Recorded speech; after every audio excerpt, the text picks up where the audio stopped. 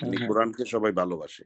তো এখন হ্যাঁ। এখানে এই যে ১১৪ টা প্রবন্ধ, এই ১১৪ টা প্রবন্ধকে বলা হচ্ছে সূরা। হুম, হুম, ১১৪ টা প্রবন্ধের ভিতরের বাক্যগুলাকে বলা হচ্ছে আয়াত। হুম, হুম। আর এটার ঠিক আছে। শিরোনাম করা হইছে কোরআন। হুম, হুম, আবার আরেকটা শিরোনাম বলা হচ্ছে কিতাব। হুম, হুম। মূলত এই ১১৪ টা সূরা বা বিভি ৬৬৩৬ টা এগুলা হচ্ছে বাক্য। হুম, আর হুম। এই এই ১১৪ গ্রন্থটার টা নাম কি? হচ্ছে ছোট বড় প্রবন্ধ। হুম, হুম। এই সূরা নেই। প্রবন্ধগুলা একসাথে আমরা কি বলতে পারি? কিতাব না কোরআন? আচ্ছা। না, না, আমি তো আপনি শুনেন শেষ করতে মিউট করেন, মিউট রাখেন। তো তাহলে ১১৪ টা যে প্রবন্ধ ছোট বড় এটা, এটা সূরা না, এটা হলো প্রবন্ধ। এটার মধ্যে যে কথাগুলা বার্তাটা আছে সেটা আয়াত না, সেটা হচ্ছে বাক্য। আর এটার যে শিরোনাম কোরআন, তাইলে এই গ্রন্থটা কোরআন না। এই গ্রন্থের একটা ক্যারেক্টার হচ্ছে কোরআন। अच्छा। একটা ক্যারেক্টার হচ্ছে কিতাব। এই গ্রন্থটা কিতাব না। এই গ্রন্থের একটা ক্যারেক্টার হচ্ছে সূরা, তাইলে একটা ক্যারেক্টার এটার হচ্ছে নাম আয়াত। গ্রন্থ। এটার নাম গ্রন্থ।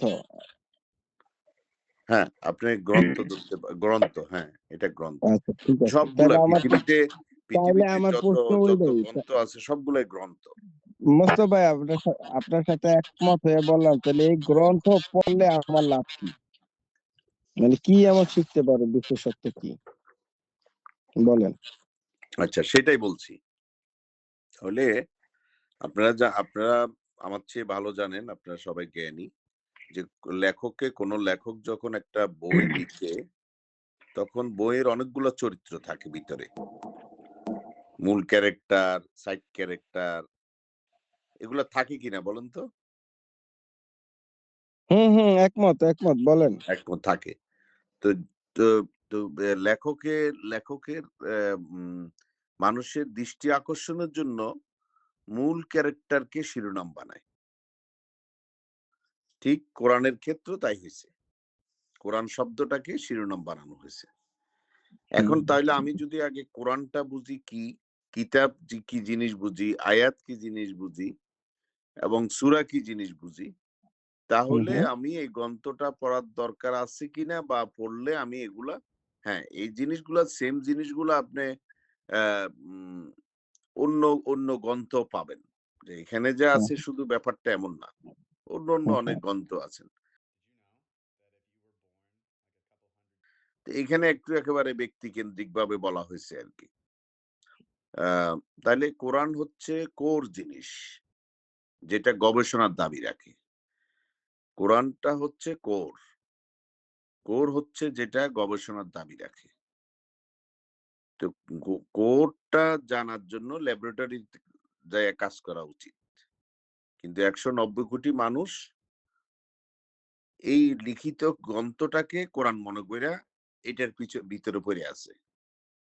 আর পৃথিবীতে উন্নত সমস্ত জাতি যারা Europe, America, Canada, Australia, Japan, চি চা চায়না, রাশিয়া এরা দক্ষিণ কোরিয়া এরা এরা কোর জিনিসটা বুঝছে। এরা চলে গেছে ল্যাবরেটরিতে গবেষণায়। এরা নতুন আবিষ্কার করতেছে। নতুন জ্ঞান অর্জন করতেছে। মানে কোর নিয়ে চিন্তা করে।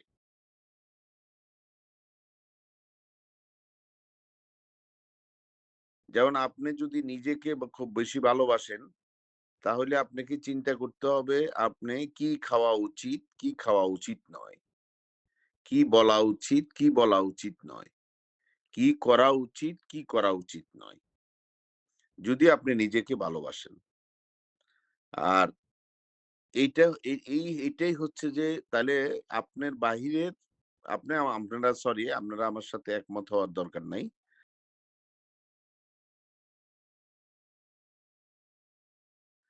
আপনাদের যে বাহিরের শরীরের যে বাহিরের স্ট্রাকচারটা প্রত্যেকটা মানুষের, নট অনলি ইউ, মি, প্রত্যেকটা মানুষের শরীরের বাইরের স্ট্রাকচারটা, প্রত্যেকটা সৃষ্টির পশু পাখি গ্রহ নক্ষত্র বাহিরের স্ট্রাকচারটা হচ্ছে কিতাব। আর ভিতরের যেটা চলমান চলমান যেটা যেটা যেটার স্পন্দন আছে, যেমন আমাদের হৃৎপিণ্ড, আমাদের রক্ত সঞ্চালন, এই যে ভিতরে যেটা আমাদেরকে কথা বলতে সহযোগিতা করতেছে, হ্যাঁ, বুঝছি। আমাদের মোস্তফা ভাই, অনুভূতি, এইটাই আপনার হচ্ছে কোরআন। পয়েন্ট এটাই আপনার হচ্ছে পয়েন্ট কোরআন। ক্লিয়ার, আপনার পয়েন্ট ক্লিয়ার। ক্লিয়ার? এই এখন ভিতরেরটাই হচ্ছে, এই ভিতরেরটা হচ্ছে ভাই কোরআন। একদম বুঝছি, আপনি আমাদের যখন আর রাশিয়া আয়াত হচ্ছে এই প্রত্যেকটা সফিস্টিকেট অর্গান হচ্ছে এক একটা আয়াত। কোরআনে আমাদেরকে চ্যালেঞ্জ করা হয়েছে যে তুমি একটা সূরা তৈরি করে নিয়ে আসো। পৃথিবীর কেউ একটা সূরা আনতে পারবে না। আমিও চ্যালেঞ্জ দিচ্ছি।